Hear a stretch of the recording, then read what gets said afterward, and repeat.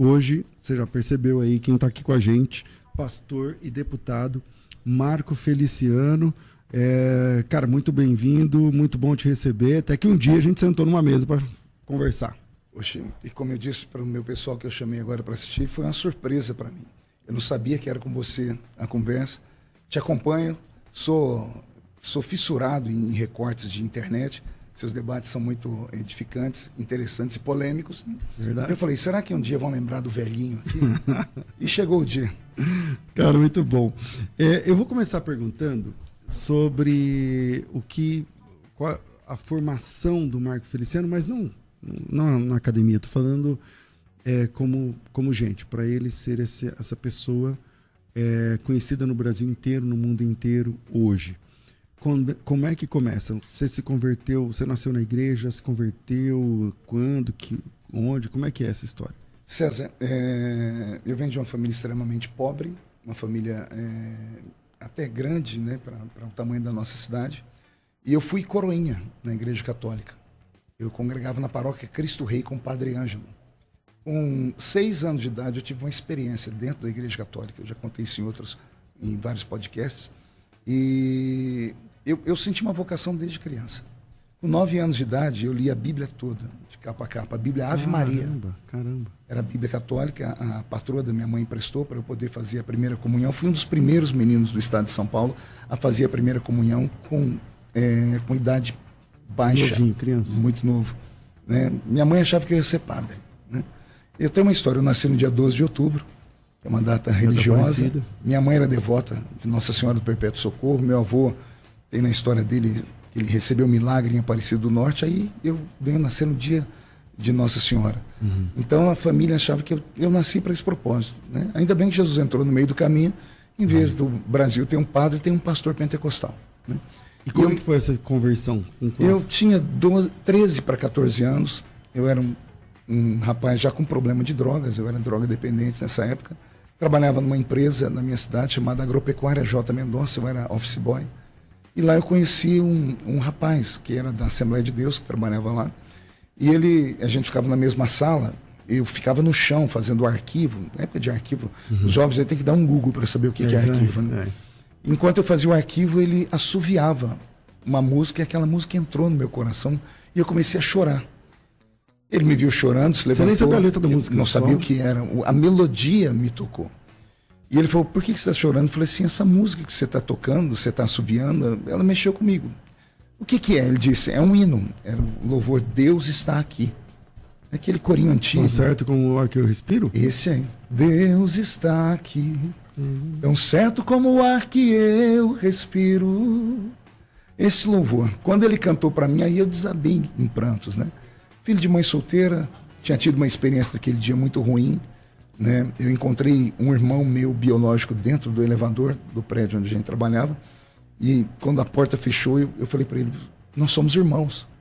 Né? Porque eu via ele pela rua, minha mãe falava, mas a gente não tinha contato. E ele partiu para cima de mim, me segurou pelo colarinho e disse, se você falar isso para alguém, eu bato em você. Caramba. Então foi um choque para mim. E aí nesse dia? Foi nesse dia. Aí nesse dia eu sentado lá fazendo arquivo, coração apertado, e ele começou a assoviar. Isso entrou no meu coração e eu perguntei para ele o que era. Ele disse que era Jesus, eu queria conhecer. Fui para a Igreja Evangélica Assembleia de Deus, na Avenida 11, número 811, ano de 1987. Em Orlândia. Orlândia, cidade que eu nasci e moro até hoje. Cara, e quando que você que nasce essa vontade de pregar, de ser pregador, cara? Você começou a pregar com quantos anos? Com 13 anos, porque a Assembleia de Deus é a igreja dos leigos, né? É a igreja das oportunidades. Quando viram um menino novo, eu sempre fui muito falante. Me deram o microfone para dar um testemunho, eu desembaraçado, falei bastante, né? Falei algumas heresias, que eu estava vindo do catolicismo ainda, mas tiveram piedade de mim, me esmeraram e disseram, ele tem vocação. E eu comecei a tomar destaque já na adolescência. Isso antes dos décadas de 90? Bem antes, em 1987. Nós falando... E nessa época você começou a gostar... Quem que era o seu... Você mirava em quem? Vai. Então, nessa época eu estou me convertendo ainda, em 1987. Foi logo depois do Carnaval. Eu me batizei no mês de abril, já desse mesmo ano. 2 meses depois, eu estava batizado nas águas. Uma semana depois fui batizado com o Espírito Santo, numa grande festa que teve lá da Assembleia de Deus em Ribeirão Preto. E lá eu vi o primeiro pregador pregar, que foi o pastor Luiz Carlos, de Capinópolis, já dorme no Senhor. O senhor Luiz Carlos era um mineiro, cheio do Espírito Santo. Eu fui batizado com o Espírito Santo, ele fazendo um apelo. Durante a pregação nada aconteceu, mas quando ele começou a chamar as almas, e foram dezenas de pessoas que aceitaram Jesus, foi uma tarde, eu recebi o batismo com o Espírito Santo. Eu fiquei horas tomado pela presença de Deus. Foi um batismo até diferente, porque ele estava lá fazendo o apelo e eu virei para o menino que estava do meu lado, que era o Betinho, que era um amigo meu de igreja, falei, vamos embora. O Betinho me olhou com o olho estatalado. Eu falei, o que foi, Betinho? Ele começou a chorar, levantar a mão. Eu falei, o que foi? Aí ele me ouviu falar em português. Ele disse que eu conversava com ele em outras línguas. Você achava que você estava falando português? Na minha mente eu estava falando em português. Quando eu parei para me ouvir, aí eu fui tomado por uma epifania, eu tive um êxtase, e eu fiquei 2, 3 horas ali tomado pela presença de Deus. Então, muito novo, 2 meses na igreja, 2 meses e 1 semana. Né? E aí eu comecei a ouvir pregadores. Fui na casa de um amigo chamado Zé Augusto, o apelido dele era Leleco. A mãe dele era Gari, lá na minha cidade. Família muito pobre. Uma casinha muito humilde, e o Zé Augusto falou assim, vem cá que eu vou te colocar aqui um pregador para você ouvir. Falei, você era na época das fitas já. Fita cassete. Fita cassete, exatamente. Aí ele colocou lá aquele aparelho de som, colocou a fita cassete, e eu estou ouvindo uma voz rouca, uma voz bonita, uma eloquência. Pastor Idecaso Takayama. O vozeirão, né? Vozeirão, ele pregando, e no fundo, quando ele parava de pregar, aquele movimento do povo. E ele pregava muita autoridade. Me arrepiava todo dia. O que é isso? Ele disse, isso aqui é o ministério da itinerância. Eu falo, e é isso que eu quero para mim. O Takayama era Cristo Vive. Cristo Vive. Cristo Vive. Cruzada Cristo Vive. Você vê, mais tarde me tornei amigo do pastor Takayama, me tornei companheiro de parlamento, que ele foi deputado federal. E o ano passado, pregando em Curitiba, eu liguei para ele, fui até a casa dele, busquei ele, porque ele já está bem velhinho, o pastor Takayama. E ele foi comigo para os cultos, saímos para jantar junto, foi um tempo de mesa muito lindo, foi uma inspiração para mim. Cara, e então o primeiro pregador assim de nome nacional, foi o Takayama. Foi o pastor Idecaso Takayama. Aí eu passei a imitar o pastor Takayama, né? Eu imitava até a língua estranha dele. Não me chamo de herético, era você só. Imitava os pregadores? Quem mais você imitava? Eu imitava, a minha voz era. Eu estava naquela fase em que a voz começa a ser modulada, então eu sempre tive a voz muito afônica e eu tinha facilidade de imitar pregadores. Aí eu conheci os outros. Na minha época era um quinteto, né? Pastor Napoleão Falcão, Gesiel Gomes, Gilvan Rodrigues, Idecaso Takayama e por último vem Gilmar Santos. Gilmar Santos. Que é desses daí o mais novo, vamos colocar a ordem nesse negócio. Então, primeiro é o Gesiel, o pai de todos, né? Gilvan é mais velho. Aí Gesiel, aí Napoleão casa com a irmã, não sei se você sabia disso. Napoleão casou com a irmã da esposa do pastor Gesiel. E começou a atender as agendas do Gesiel. E ele se tornou o nome. E Gilmar vem indicado pelo Napoleão. Então, esses 5 eram a minha referência. E vamos abrir o jogo. De quem você gostava mais da pregação? Eu sempre gostei. Cada um tinha uma peculiaridade, né? Porque eram homens inimitáveis. Né? Quem consegue imitar um Gesiel Gomes? Gesiel, quando começava a falar, era uma metralhadora que não parava mais. Né? Eu costumo dizer que o pastor Gesiel, Deus estava inspirado no dia que fez ele. Falou assim: eu vou dar para um homem todo tipo de unção que existe. Dons bíblicos e até dons extra-bíblicos. E vamos ver o que ele suporta. Gesiel é um ó concurso, né? Porque de todos esses aí, todo mundo olhava para o Gesiel. Sim, porque Gesiel é o mestre, Gesiel era o evangelista, era o profeta. Gesiel tinha todos os ministérios condensados dentro dele, né? E eu me inspirava nele, mas era impossível imitá-lo. Gilvan Rodrigues tinha um cacuete que era só dele, né? Deus, e uma eloquência e uma graça, né? Aí para imitar ele, fazer isso aí não dá. Não, meu pulmão não dá certo. Napoleão, com aquela verborragia é um palavrão, com aquele verbo apurado, com aquela graça, né? Com uma rebuscada, ele tinha facilidade, ele tinha fluência, né, nas palavras difíceis. Palavras que ele não sabia que eu tinha que procurar no dicionário. Eu achava que ele estava falando em língua estranha, mas depois vieram palavras rebuscadas. E depois, por último, veio o Gilmar. O Gilmar eu consegui imitar mais, né? Porque o Gilmar ele tinha uma mensagem, era expositiva e era mais fácil. Não era como a mensagem do Napoleão, que tinha. Napoleão era temática, né? Gesiel também. Agora o Gilmar era mais expositiva. Né? E eu conseguia engrossar a voz e eu imitava o Gilmar. Quer que eu imite? Eu quero. Meu Deus! Deixa eu ver o que eu não vou pregar mais. Depois eu vou continuar. É isso aí. Adore! Né? A primeira mensagem que eu vi do Gilmar foi Babel, Calvário e Pentecoste. Se você lembra dessa. Babel, Calvário e Pentecoste. Querem saber o que é Babel? Pastor Gilmar vai vos falar, Babel. Você lembra de isso aí? É a pregação. É a pregação dele. Você decorou? Eu era moleque, eu decorava tudo, memória boa. Sempre tive uma boa memória. E aí eu chegava no culto de mocidade e falava para os meninos, quem que vocês querem ver pregar hoje? Aí nós tínhamos que eu traga aqui hoje? Então nós queríamos ver o Gesiel. Aí eu tentava, o Gesiel conseguia uns 5 minutos, depois acabava o fôlego, né? Porque Deus está aqui, Ele está em cima, Ele está embaixo, Ele é aquele que abre, aquele que fecha. Que tem, que pode, que entra. Então, só que acontecia um fenômeno, né? Quando eu imitava eles, eu falava tudo. Gilmar, eu conseguia pregar a mensagem dele toda. Igualzinho. Quando o Gilmar pregava, caía uma alegria na igreja. Quando eu pregava, caía uma tristeza na igreja. Eu falava, mas eu faço tudo certinho, por que não funciona? Aí um dia orando, eu sempre tive cultura de orar no monte, né, no meio do mato. Um dia eu falava, Senhor, eu não tenho nome de pregador, porque veja só, os pregadores, o nome combinava, né? Olha, Gesiel Gomes, Napoleão Falcão, e Decaso Takayama, Gilvan Rodrigues, eles já nasceram com o nome. Eu falei, Marco Feliciano não tem nem sonoridade. Não combina. E eu estava orando, chorando era uma madrugada, e o Senhor falou comigo, eu ouvi a voz do Senhor. O Senhor disse para mim, se eu quisesse 2 Napoleões, eu teria feito 2. Se eu quisesse 2 Gilmar Santos, eu teria feito 2 Gilmar Santos. E o Senhor falou para mim, eu não quero que você seja um eco, eu quero que você seja uma voz. Toma. Uma voz. E eu falei, mas olha o meu jeito. O Senhor disse, a unção não está na eloquência, não está na aplicação certa, a unção não vem da horizontal, ela vem da vertical. Eu posso te usar do jeito que você é. E fui. A primeira vez que eu preguei nos Gideões, que foi o congresso que me abriu as portas do mundo, foi em 1999. Quem te levou lá? Como é que você chegou lá? Matheus Jensen. Opa. Lembra do velho Matheus? Irmãs Falavinhas. As irmãs Falavinhas, Matheus Jensen. Mas você, calma aí, você nessa época que Deus falou para você não imitar mais ninguém, você era... Então, eu já era, quantos anos você tinha? Eu já tinha 17. E já pregava por ali? Já pregava ali na região, eu casei com 19, né? Casei muito cedo, a igreja... ela fazia isso com a gente, para que não se consagrava obreiro na Assembleia de Deus solteiro. Não né? dava, né? Então, peraí, você era solteiro, então? Eu era solteiro quando comecei a pregar com 13. Né? Com 14 eu já pregava em culto ao ar livre, pregava nos congressozinhos da região ali. Com 15, que eu era assíduo da escola dominical, eu lia muito, né? Tinha muita facilidade de falar. E quando você começou a pregar em congressos maiores, mas ainda imitando os pregadores... 17 anos eu já comecei a pregar em congressos na região. E você não tinha, porque antigamente a pessoa não sabia que estava imitando direito, né? Alguns o conteúdo. Só quem gostava, quem seguia já esses ouviu pregadores, aquela. né, porque no interior demorava muito para chegar. E aí, como eu tinha facilidade, eu ia... Aí da sua época... mas tem também o Abílio, né? Um pouco antes de você. Então, o Abílio vem antes de mim. O Abílio Santana. O Abílio é discípulo de Napoleão, né? Começou representando Napoleão. E aí eu venho nessa safra. E eu me perdi onde eu estava. Não, aí quando Deus falou que você não precisava imitar. Isso. Aí eu comecei a criar os meus sermões. Mas eu sempre colocava uma pitadinha de algum desses pregadores. Né? Ali. Para o povo ver, né? Porque era o que o povo queria ouvir.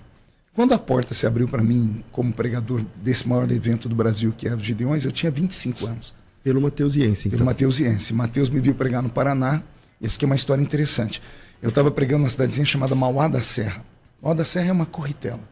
A cidade tinha, na época, 3 mil habitantes.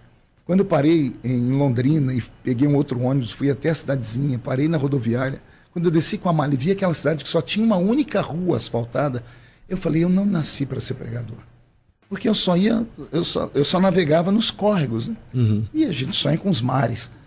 E eu cheguei naquela cidadezinha, aí quando eu estou na rodoviária, o irmão veio me buscar, quando passou na frente da igreja, a igreja era um monumento. A metade da cidade era crente. Caramba! Tinham 1.500 crentes na época.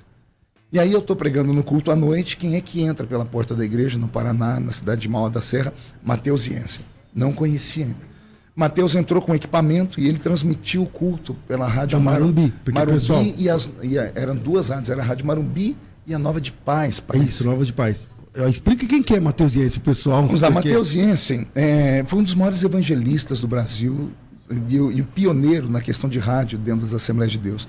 Mateus Jensen foi deputado federal de vários mandatos, né? E com os mandatos ele conseguiu as rádios. E com as rádios ele conseguiu pregar o evangelho, levar o evangelho em lugares que ninguém nunca foi. Tinha uma história do Mateus no Amazonas. Chegaram uma vez no Amazonas, o pastor Cisino contava isso, o velhinho lá dos Gideões, que ele chegou no lugar, estava lá, Igreja Mateus Jensen. Ué. Porque o Mateus, o povo escutava ele no rádio. Não tinha pastor, o povo se converteram, eles se converteram pelo rádio, receberam milagres. Então Mateus foi esse evangelista. Mateus era um caça-talentos, né? Aí ele te viu pregando lá. Mateus lançou Mara Lima, Júnior, Canarinhos de Cristo, Irmãos Viana, aquela turma de antigamente. E aí ele me viu pregar. Quando eu estou pregando, ele transmitiu o culto ao vivo e o telefone da Rádio Marumbi truncou. Depois ele me contou. O povo ligando, dizendo assim, irmão Mateus, onde o senhor conseguiu essa pregação do pastor Mauro Ferreira? Mauro Ferreira? Maurinho Ferreira. Mauro Ferreira foi um dos grandes pregadores. E a sua voz era igual a isso? Idêntica do Mauro Ferreira, idêntico. Mauro Ferreira, ele andava junto com a dupla Otoniel e Osiel, né, que os irmãos José de Paulo, né? Eles cantavam Desejo Missionário. Né? E quem me dera ir ao campo missionário. Quem me dera. Senhor, era a musiquinha que eu estava cantando ali. Né? Aí o Mateus, o olho dele ficou vidrado, me chamou e disse assim, olha, eu queria conversar com você. Nós estamos chegando, ano que vem a eleição, meus filhos são candidatos, e eu faço aqui cultos, né, no estado interior, muito crente, dizendo, não, eu não me envolvo com política. Olha só. Você tinha noção que aquela era uma conversa que mudava a sua vida? Era profético e eu não sabia, né? E tanto é que eu falei para ele, não aceitei na hora. Imagina eu começando, uma oportunidade se abrindo e eu quase fechei a porta. Dizendo, não, o senhor me dá um tempo que eu vou falar com Deus, porque eu me misturar com política... Ele queria fazer cruzadas lá, os eventos? Os filhos buscavam voto na igreja, então ele precisava de cantores e pregadores. Ele me viu pregar, ele viu que o povo gostou, veio ligações do estado inteiro, a minha voz do Mauro Ferreira. Depois eu descobri quem foi Maurinho Ferreira, ganhei um disco naquela... E você nem sabia quem era Mauro Ferreira quando começaram a falar? Nem ouvi falar. Aí quando me deram o disco, eu me assustei. Que parece mesmo. Era a minha voz. Exatamente a minha voz, só que com uma capacidade, uma sabedoria, uma eloquência. Mauro Ferreira foi ibadiano. Ele, Gesiel Gomes e Takayama, também frequentaram o Ibade aqui em Pindamonhangaba. Né?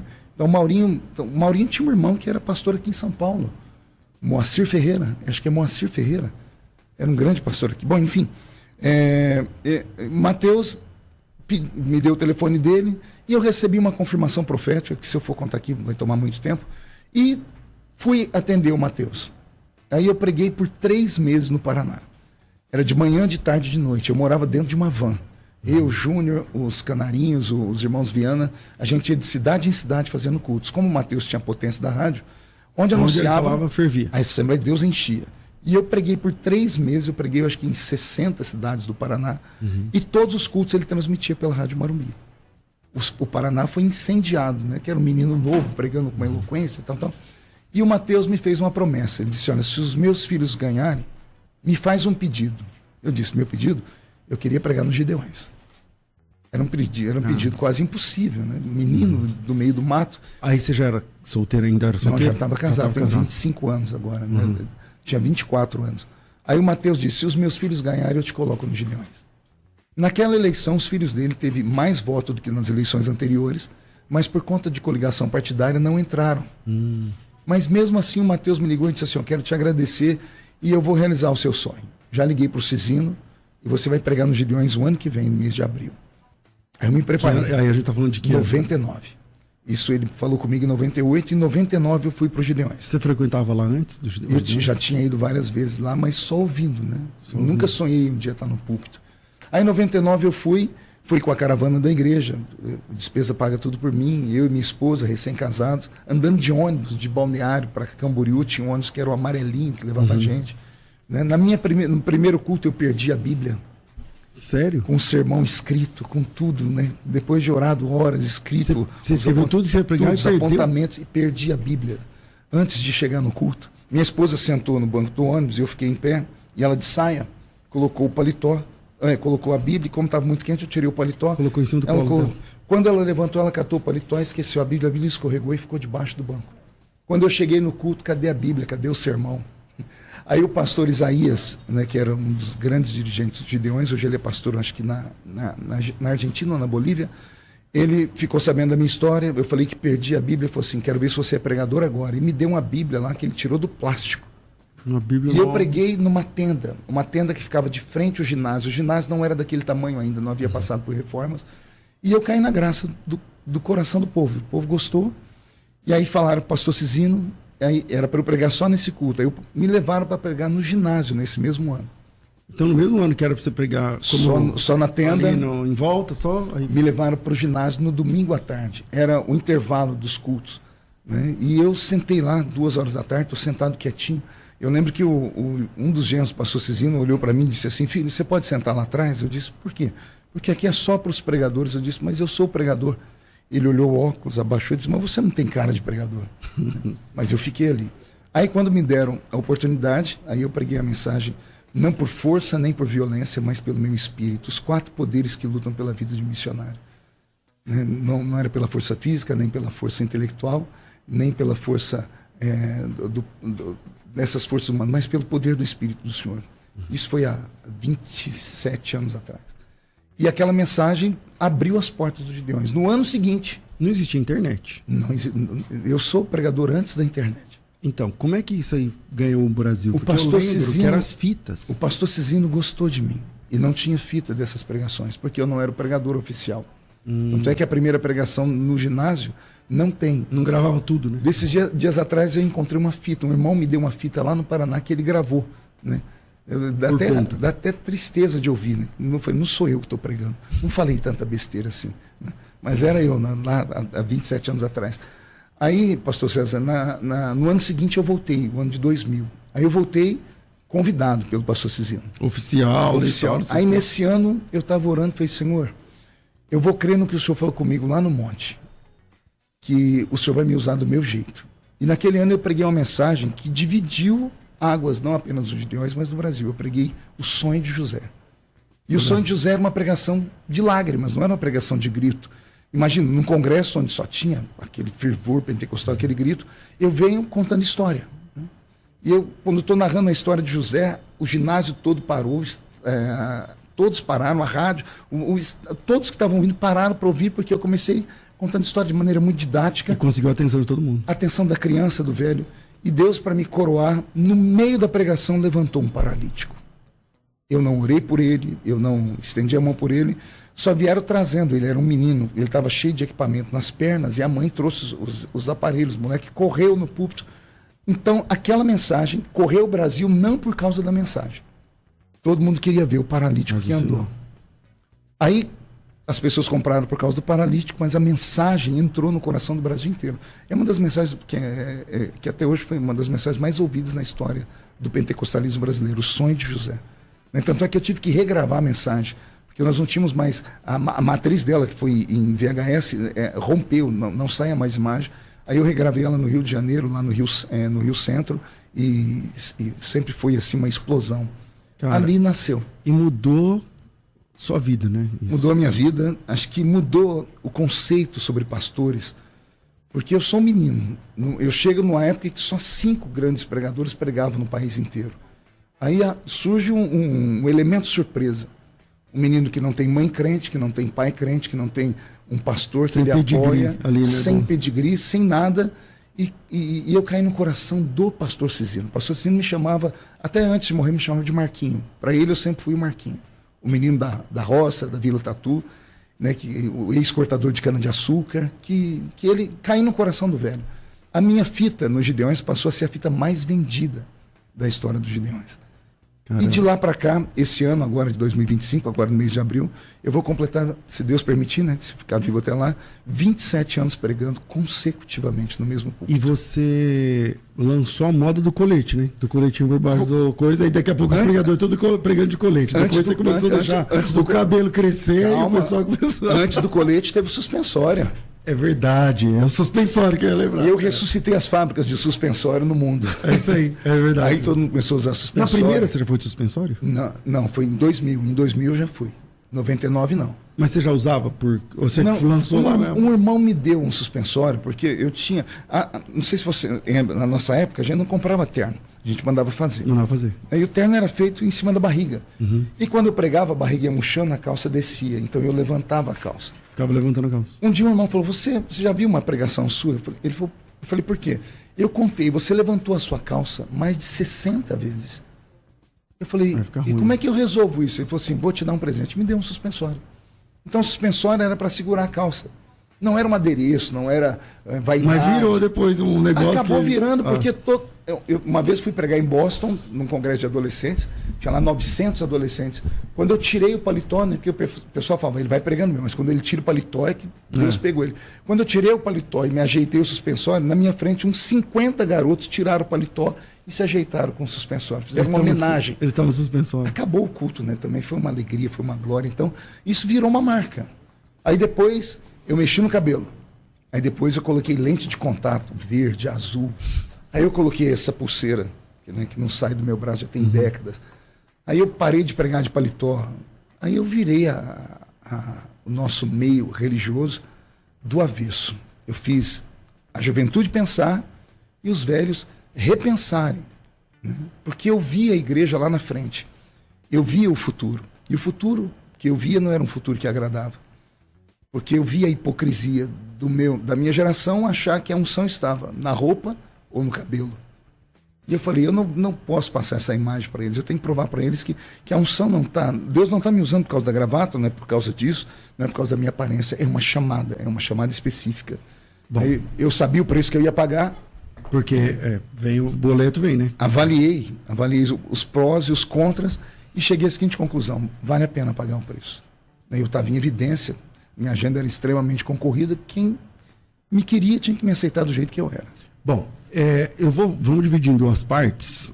Eu vou fazer um intervalo e a gente vem, continua já. Vira aí, depois a gente vai falar sobre política e tal. Vamos embora. Vira aí, a gente volta já. Vai. De volta com o programa Conversa Entre Amigos, hoje recebendo aqui o pastor e deputado federal Marco Feliciano. Falamos aqui do ministro da chamada, tal. Agora, vamos lá. Quando é que o Marco Feliciano parou e falou assim, cara, política? Porque quando o Mateusense te chamou, você tinha pavor à política. Quando é que entra nessa, sei lá, no seu coração, na sua cabeça, fala assim, eu acho que dá, hein? Como é que é essa história? 2006 é o ano. 2006... passa na Câmara dos Deputados o PL da homofobia. É verdade. É aprovado numa quinta-feira, com baixo quórum, e com uma bancada evangélica já existente de 60 deputados. 60 deputados que não vigiaram, que não cumpriram o seu ID, né, que prometem para a igreja chegar lá e cuidar, e deixaram passar esse projeto. E esse projeto era um projeto tão vil que ele deixava padres e pastores em saia justíssima. Né? Porque você não tinha como mensurar o que era preconceito. Uma dupla gay chega na sua igreja, pede o casamento, você não casa, e ela poderia te processar e você, crime inafiançável. E aí em 2006, que, presta atenção gente, a gente está num momento da história do Brasil interessante, porque a partir desse momento é que tudo agora é homofobia. Sim. Se você não concordar, não sei o que lá, então você é homofóbico, né? O que nem faz sentido à luz da palavra é homofobia, né? Mas vamos lá, segue aí. Isso em 2006, quando eu vi que era o famoso PL 122, quando ele passa na Câmara e vai para o Senado, assustou o Brasil inteiro. Pastores e padres começaram, sem internet, a reverberar nos cultos. E quando eu vi aquilo, eu falei, eu sou culpado disso. Por quê? Porque como formador de opinião de uma geração, eu pregava contra a política. Em 2004, 2 anos antes, eu estou no púlpito dos Gideões, né? Eu cito sempre os Gideões, porque era a maior vitrine. E eu falo ali, se algum dia você me ver na política, saiba que eu me desviei. Você falou isso aí lá? Falei porque eu sou assembleiano. Assembleiano, a gente repete o que a gente aprende com os nossos pais. E os nossos pais insistiam em dizer que a política era do diabo. Como também a televisão era do diabo, a praia era do diabo, ou seja, o diabo era dono de tudo que era bom. Essa barba aí também? Né? Tudo. Só Deus na causa, né? E a gente, em respeito, falava. Mas em 2006, quando eu vi esse projeto, eu falei, calma aí, eu sou culpado disso. Eu passei então os anos começando a tentar me envolver na política, conhecer política e me preparar para o momento certo. Em 2010, eu me candidato a deputado federal, sem apoio de ninguém, porque todas as grandes igrejas já tinham seus indicados aqui no estado de São Paulo. Né? Muitas pessoas não sabem que, César, a falta da cultura política é tão grande que quando termina a eleição, terminou agora a eleição no ano 2022, eu recebi mensagem do país inteiro. Né? Todo mundo votou em você. Pastor, eu votei no senhor, mas a urna estava com defeito que aparecia a foto de outra pessoa. Né? Aí, quando eu tinha paciência, agora não respondo mais, explicar para as pessoas o seguinte, esse número existe, mas em cada estado é um candidato. Eu sou eleito só pelo estado de São Paulo. Como deputado, só posso receber votos do estado. Senador, deputado federal, estadual, é só do seu estado. O único que tem voto nacional é presidente da República. Né? Então, como aqui em São Paulo todas as igrejas já tinham seus candidatos, eu não tive apoio de ninguém. Então eu me lancei numa aventura, né? Eu tinha um coração queimável, eu tinha certeza que Deus me mandou para isso, mas foi como se fosse uma aventura. E lancei, o próprio partido, que era o PSC, não acreditou, até que abriu-se as urnas. Ao abrir-se as urnas, eu fui o 12º deputado mais votado do Estado naquele ano. Do PSC fez quantos nessa época? Do PSC fez dois, e eu fui o primeiro, porque o meu voto puxou o segundo no volume de votos que eu tive. Eu tive 212 mil votos no estado de São Paulo. Muito voto. Né? Muito voto. 4, 5 Maracanã cheios de pessoas que saem de casa só para votar no seu número, né? Sem televisão, sem dinheiro, sem papel, sem nada, né? Eu não sei o que aconteceu, foi Deus. Deus fez isso. Aí eu chego na Câmara dos Deputados e imagine você está falando aqui agora da língua hebraica, né? Imagina você que só fala a língua portuguesa entrar numa sala onde todo mundo só fala hebraico. Aconteceu isso comigo. Você fica perdido lá, né? Eu chego, eu sou um tribuno por natureza, mas eu domino a hermenêutica bíblica, não a hermenêutica política, não a exegese aquela política. oratória lá, né? Isso, eu sou um tribuno por natureza, mas não conheço o conteúdo político. Então eu chego lá e fico patinando, porque é um outro mundo, é uma outra linguagem. E você não tinha um deputado que você trabalhou junto? Eu nunca fui nem vereador, nunca fui candidato nem a síndico de prédio, né? Como que você montou seu time? Quando você ganha, você tem que montar um time. Exato. Ali, então foi uma tortura, porque como eu ganhei no susto, para montar o time eu tive que confiar em pessoas, e isso me custou um pouco caro, primeiro mandato todo. Erra muito, né? Muito. Só que aí no primeiro mandato também, Jesus resolveu me destacar. É difícil, é quase impossível um deputado se destacar. Nós somos em 513. 513 deputados. Para um aparecer, ou é com um escândalo, ou é um fenômeno que viralizou na internet. Então é muito difícil. Acontecer dentro de Brasília é muito difícil. E aconteceu comigo. Eu fui eleito presidente da Comissão de Direitos Humanos. Isso no meu primeiro mandato. Eu fui eleito, me candidatei em 2010, assumi em 2011. Em 2013, eu sou indicado a presidente da Comissão de Direitos Humanos. Aí o Brasil virou do avesso. Foi a primeira grande guerra entre a esquerda e Primeiro direita. porque ninguém queria que você presidisse, né? Exato. A esquerda não queria, porque a pasta dos direitos humanos era sempre usada por eles, porque era a bandeira deles, a guerra das minorias. De pautas, né? Minorias, racismo, homossexualidade e outras coisas mais. E sempre foi a comissão dirigida pelo PT, ou os seus... correligionários ali. Os seus partidos que orbitam ao redor deles, né?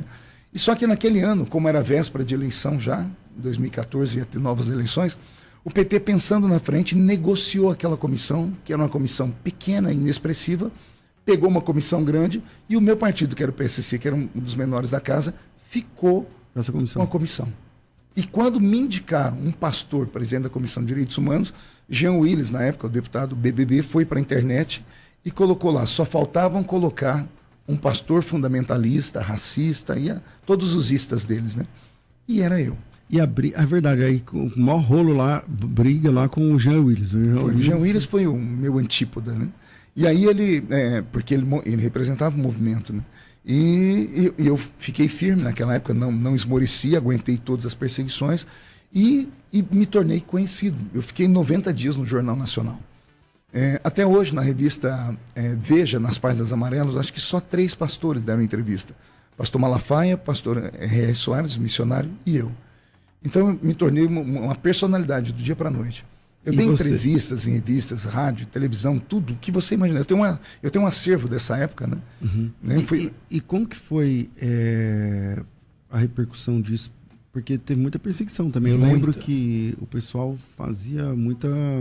manifestação. Hostilização, manifestação, praticaram violência, depedraram minhas igrejas, picharam a minha casa. Eu apanhei em avião, eu apanhei na rua, eu apanhei em shopping center. Eu passei meses sem poder entrar no aeroporto. Eu ia do interior de São Paulo para Brasília de carro, para evitar constrangimento. Eu que sempre vivi, eu nunca deixei o púlpito. Eu fico em Brasília terça, quarta e quinta pela manhã. Quinta-noite eu saio para pregar, prego quinta, sexta e sábado. Domingo prego na minha igreja, onde eu pastoreio.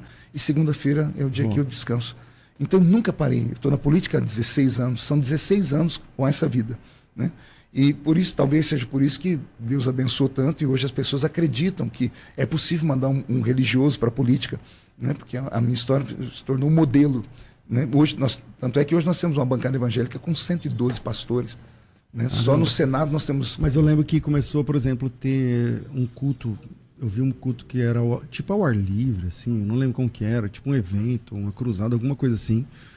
E o pessoal começou a tirar a roupa, cara, e ficar pelado lá. Tirava a roupa, tal, e começou se beijava. galfinhando lá, exatamente. Era uma coisa horrorosa, né? Era uma coisa horrorosa. E faziam isso dentro do culto religioso. Inclusive tem na internet eu dando voz de prisão, usando o Código Penal, artigo 208, que diz que é crime vilipendiar o culto ou qualquer objeto de culto. Né? E eles entraram dentro da igreja. Não respeitavam mais. Não respeitavam por quê? Porque a polícia que estava nos ambientes tinha medo desse pessoal, porque eles gritam muito. É uma minoria barulhenta, é uma minoria que não tem vergonha de nada. Então, para onde eu ia, eles iam na frente e faziam... montavam barracas na frente das igrejas. Era um inferno. Olha, tem eu não sei a pessoa que está por trás aqui desse comentário, né? Mas o nome do canal chama Movimento Pentecostal. Ele falou assim: eu fui batizado com o Espírito Santo assistindo um DVD do... Olha aí, que coisa bonita. Do pastor Marco Feliciano. Agora, vamos lá. Fora esse levante todo, que no fim acabou sendo bom para sua projeção nacional, eu acho, porque você ficou um cara muito mais... Eu ganhei um capital político, não posso negar isso. Eu também. furei a bolha, né? Mas custou muito. Agora, teve também... como é que é o nome? Calúnia, né, cara? Tipo assim, aquela mulher que começou, depois caiu... aí política... virou que era tudo mentira e tal. A política é terrível. Como é que você lidou com aquilo e a sua família, cara, de ser acusado de estupro? Não foi? Um lance assim? Isso em rede nacional. Foi. Com Direita Fantástico, Jornal Nacional. Caindo de pau em cima. É terrível. Veja só, eu costumo dizer assim, que a política ela é um antro e é uma guerra. Né? Tem um pensador alemão, agora não vou me lembrar o nome dele, ele dizia assim: a política é a continuação da guerra por outros meios. Né? A guerra era feita na base do fuzil, né? No início era na base do tacape, depois foi na base da espada, depois do fuzil, depois da bomba. E aí criou-se a política, que é a arte de você guerrear, só que agora no campo das ideias, no verbo, etc. E o que estava por trás ali, você acha? Na política, se eles não conseguem te cooptar, te comprar, eles vão tentar vasculhar a sua vida para manterem um dossiê contra você, para te chantagear. E se não encontrarem isso, vão fazer o pior, que é fabricar, que para mim a esgotosfera do ser humano. É você fabricar uma calúnia, é você destruir a reputação de uma pessoa. Como é que você recebeu essa história? Você estava onde? Imagina, eu estava na minha casa. Eu acordei de manhã, era uma sexta-feira, eu estava vindo para São Paulo para pregar. Eu fazia uma campanha aqui na igreja da Cassiane, aqui em Alphaville, eles estavam começando aqui. E eu acordei mal, eu estava mal, meu espírito percebeu. Aí eu liguei para o meu menino que trabalha comigo e disse: me leva para o monte que eu preciso orar. Eu estava orando 2h da tarde, chorando, sem entender o que era. Eu sabia que tinha opressão, mas não sabia o que era, até que veio a notícia. Quando veio a notícia, meu mundo desmoronou.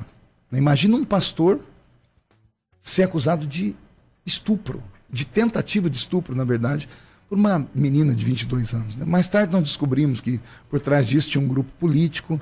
Na época eu havia apresentado a CPI da UNE, União Nacional dos Estudantes que não estudam e coisas assim. E por conta disso eu passei a ser perseguido. E eu te contei o testemunho ali, é muito comprido, né? Não dá para contar aqui. E eu só venci porque a política, para mim, ela é um braço do ministério. Eu sou como se fosse um missionário dentro da política. Eu tenho a política para mim como missão. É uma missão. Eu sou necessário na vida pública. A minha vida abriu a mente da igreja, a minha vida trouxe outros deputados. As minhas bandeiras hoje se tornou a bandeira do bolsonarismo todo. Hoje nós temos gigantes lá no parlamento que brigam as pautas que eu iniciei.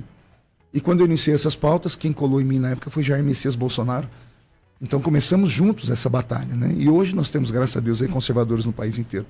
Mas custou caro. E eu só sobrevivi porque foi Deus que me enviou para a política. E como que você lidou, tipo assim, nessa época desse negócio? Depois saiu até no Cabrini e tal, e aí a casa caiu. Para ela e ela foi até... Deus usou o Cabrini para mostrar a verdade, depois usou Luciana Gimenez também. E aí, primeiro você vence a questão opinião pública. O processo rolou por mais 2 anos. Mas na época que, tipo assim, quando veio a bomba, aí família. Viraram as costas para você, cara? Família. A primeira coisa que foi difícil lidar foi com a família. Porque na minha casa só tinha mulheres. esposa, 3 filhas, minha sogra, minha mãe, que eu sou filho único, as 2 moças que trabalham na minha casa, e até eu tinha até uma cachorrinha que era fêmea. Tudo fêmea, só tinha mulher. você macho. Então eu sou o herói da minha família, das mulheres da minha vida. E de repente explode uma coisa dessa. Né? Eu estou no antro, a política é um antro. Eu estou em Brasília, é a terra mais terrível do mundo, é o centro do poder. E poder cheira sexo, poder cheira dinheiro. Aí vem a dúvida das pessoas. Será que ele fez ou não fez? Né? Aí eu aprendi, nessa época eu aprendi uma coisa, César, que eu tenho ensinado. Ao amigo, você não precisa explicar nada, porque é seu amigo. Ao inimigo, não adianta explicar, porque ele é seu inimigo. Nada do que você vai falar vai fazer ele mudar de ideia. Então aí a gente é crente, tem que ir pro joelho e pedir para Deus fazer a justiça e ele cuidar da vingança. Demorou quanto tempo? Olha, foi 4 meses para a opinião pública mudar, porque nos 2 programas de televisão o Brasil viu que a garota era uma mentirosa. Conto mais. Mais 1 ano na justiça e eu venci. Ela me deve até hoje uma multa de quase R$500 mil. Ela teve que sair do Brasil, para você ter uma ideia. Só que lá dos Estados Unidos ela continuou me atormentando, a mim, os meus seguidores, Eduardo Bolsonaro, que já tinha um processo dessa moça na justiça, o filho do presidente Bolsonaro. Ela tinha processado ele também? Ele foi antes de mim, só que como estava em segredo de justiça, ninguém sabia. Depois veio à tona, né? É uma coisa de maluca, é coisa política plantando para destruir a reputação de uma pessoa. Né? O Romeu Tuma, o Tuminha, melhor dizendo, escreveu um livro, Destruição de Reputações, né? Que era o que o PT fazia. O PT tinha uma força midiática de destruir reputações. Então, porque se você destrói a reputação do seu oponente, ele não tem mais argumento para ir para os debates no campo das ideias com você. Então me calaram por esse tempo. Aí depois que eu venci, também virei herói. Só que a moça atravessou o Oceano Atlântico e lá a jurisdição brasileira não alcançava. E a internet é terra sem lei, você sabe disso. Uhum. De lá ela está aqui também, né? Aí eu comecei a orar, falei, Senhor, eu chamei meus advogados, eu vim aqui em São Paulo, aqui tem a Delegacia de Crimes Cibernéticos, e eles disseram, não há o que se fazer. Acionamos o YouTube, acionamos tudo, e não tem o que ser feito. Tipo, você ganhou o processo aqui, mas ela está lá causando. Aí eu estava orando, nós somos crentes, né? Estou aqui falando com o pastor, e Deus usou uma pessoa para falar para mim, dizendo assim, existem 2 vinganças, meu filho, a sua e a minha. Eu posso te dar a sua vingança, só que a sua vingança ela é mais rápida, porém tem consequências. A minha vingança, ela é perfeita e não deixa consequências, só que ela leva mais tempo. Tem paciência? E eu abracei essa palavra profética e disse, Senhor, eu vou ter paciência. Parei de murmurar. De repente, ano passado, janeiro do ano passado, eu estava nos Estados Unidos com os amigos, de repente sai na CNN, a rede de lá, brasileira, é procurada pelo FBI por crimes de falsa comunicação de crime. Mesma coisa. Ela causou lá também outra. E pior, ela deu um golpe em outros brasileiros com mentira, dizendo que era advogada e outras coisas mais. Resultado, ela fugiu dos Estados Unidos, todos os bens dela foram apreendidos, ela está sendo procurada pela Interpol. Quando eu vi isso, eu caí o queixo, né? Aí eu liguei no Brasil, falei, saiu alguma coisa? No dia seguinte, William Bonner teve que falar, porque virou mídia na internet, Eduardo Bolsonaro colocou para frente, porque ela também prejudicou ele.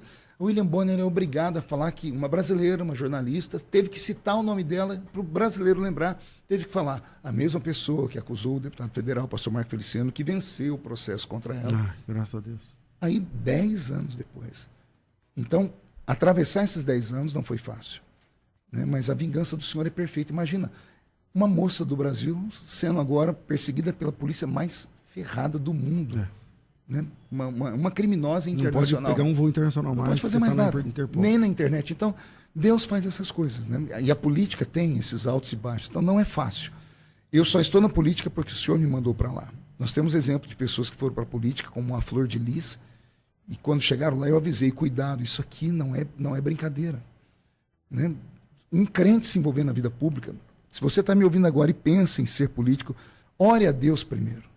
Ore a Deus e pergunte a Deus se é para você ir mesmo.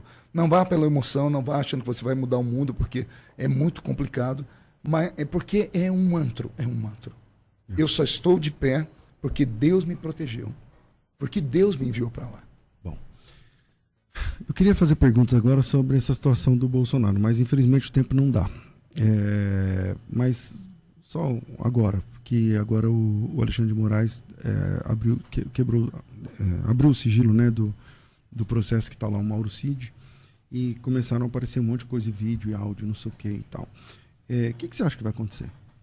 É muito complicado, né? Porque existe a parte jurídica e existe a parte política, né? A parte política, porque embora o processo seja jurídico, esse julgamento todo, a natureza dele é política.